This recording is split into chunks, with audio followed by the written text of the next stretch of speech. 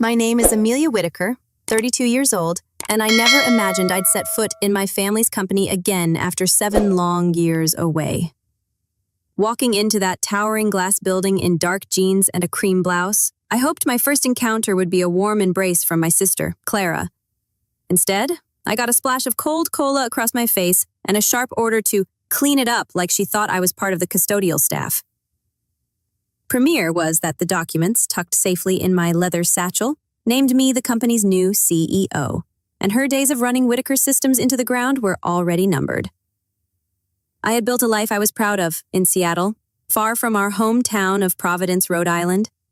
7 years earlier, I'd left with nothing but my computer science degree, a stubborn streak, and the quiet ache of betrayal pushing me forward.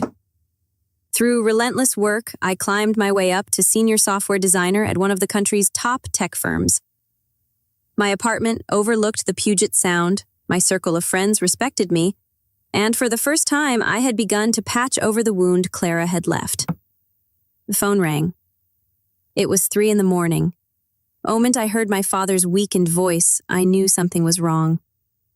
"Amelia, I need you to come home," he said, each syllable carrying weight. "The doctors say it's congestive heart failure. They're not sure how much time I have." Like the earliest flight, for all the hurt between us, my father had always been my anchor. Losing him without reconciling was unthinkable. Clara and I hadn't always been enemies. We were 2 years apart, sharing not just clothes but dreams, like the nights in our shared room sketching plans to grow the modest software company our dad had built from a spare bedroom. "You'll design the products," she used to say with that teenage gleam in her eye, "and I'll sell them. We'll be unstoppable." But that dream died in college.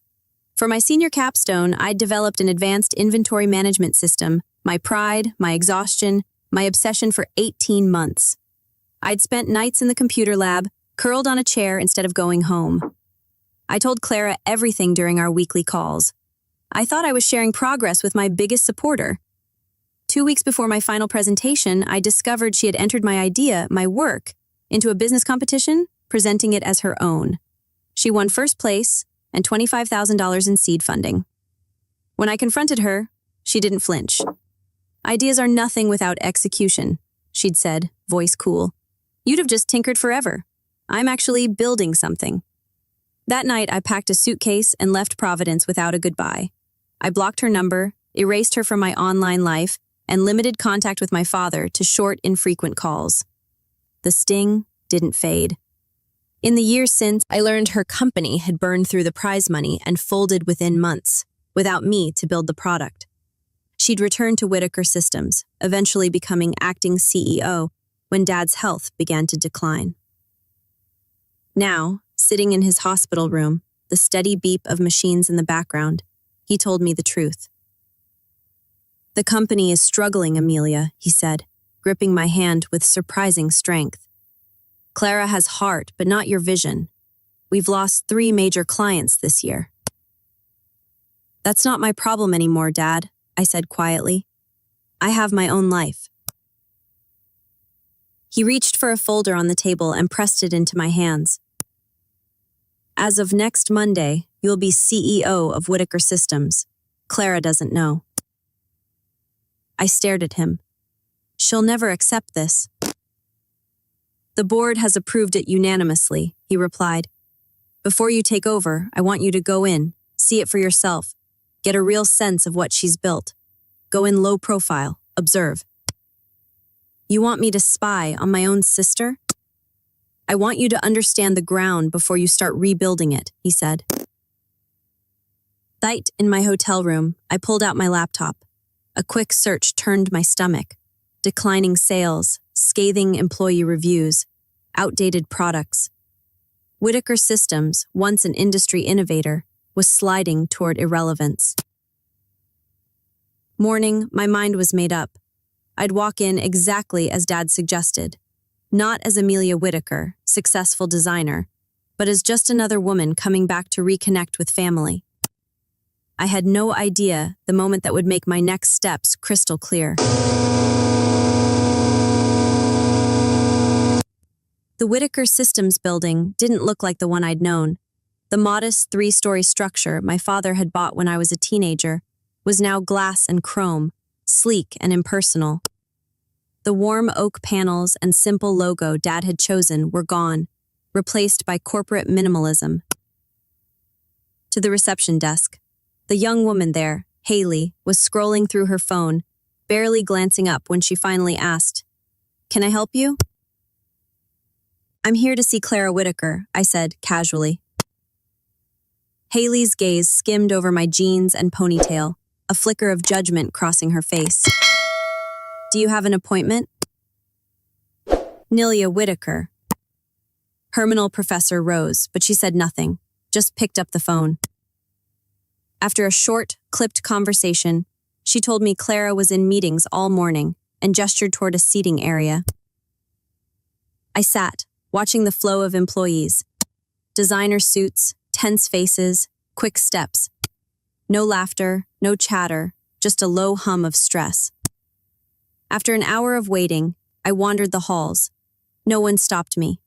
I passed glass-walled conference rooms where voices were raised, cubicles where employees minimized browser windows the moment a supervisor walked by.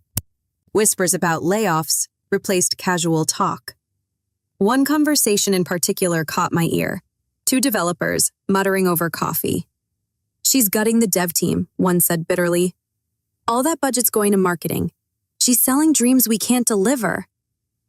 Process more, a commotion by the executive suites pulled my attention. Meeting, laughing loudly, led by a woman in a crimson dress and stilettos so sharp they looked dangerous. Clara. Frontline soft curls were now a sleek, sharp bob. Her makeup was perfect, her laugh cold. She didn't see me at first. She was talking to the man beside her, a can of Coke in hand. Then it happened. He made a joke, she threw back her head to laugh, and the soda sloshed over her dress. "What the hell?" she snapped, eyes darting around for someone to fix it. They landed on me. Can you deal with this?" she demanded. I froze. She didn't recognize me. "Are you new? Where's your cleaning cart? This needs to be sorted right now." It hit me like a slap. 7 years. "Yeah, worse than you thought," I said. "The culture is toxic, morale is gone, and Clara..." I hesitated. "She humiliated me in front of the entire executive team." A deep sigh. "I feared as much. She's surrounded herself with people who tell her only what she wants to hear. Do what needs to be done, Amelia." So I did. Financials, industry reports, and anonymous employee reviews. Revenue, down 30% in 3 years. Customer complaints, up nearly 50%. Employee turnover, highest in company history, especially in development. Meanwhile, marketing budgets and executive salaries had ballooned. I compiled a list of Clara's executive team along with performance metrics and salaries. It was a bloated, overlapping mess of underperformers. By midnight, I had a 3-month turnaround plan. Streamline management. Refocus on product innovation. Rebuild client trust. Restore a healthy culture. I texted 3 former colleagues from Seattle, people I trusted implicitly. By morning, I had verbal commitments from all 3 to join me in rebuilding Whitaker Systems. The next day, I dressed for war.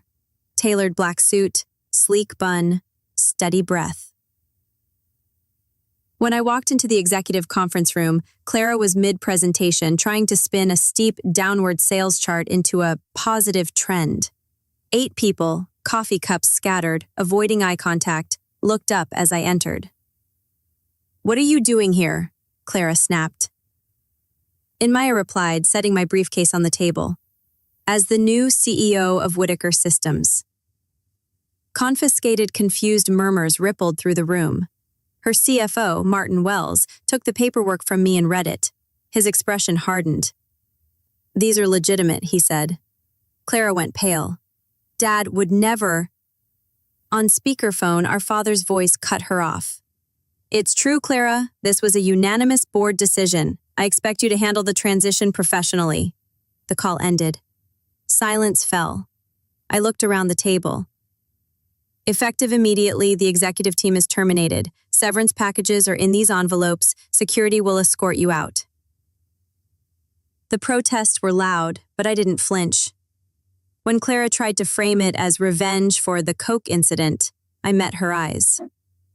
This is about saving a company our father spent 30 years building, I said evenly. She shoved her envelope back toward me. I quit. So be it. PM, word of the executive firings had spread through every hallway and break room in the building. In clusters, eyes darting toward me as I passed. Some looked hopeful, others wary. Cafeteria, our only space big enough to fit everyone, I stood at the front, facing more than 100 employees. My name is Amelia Whitaker, I began. Some of you know me, others are meeting the first time. As of this morning, I am your new CEO.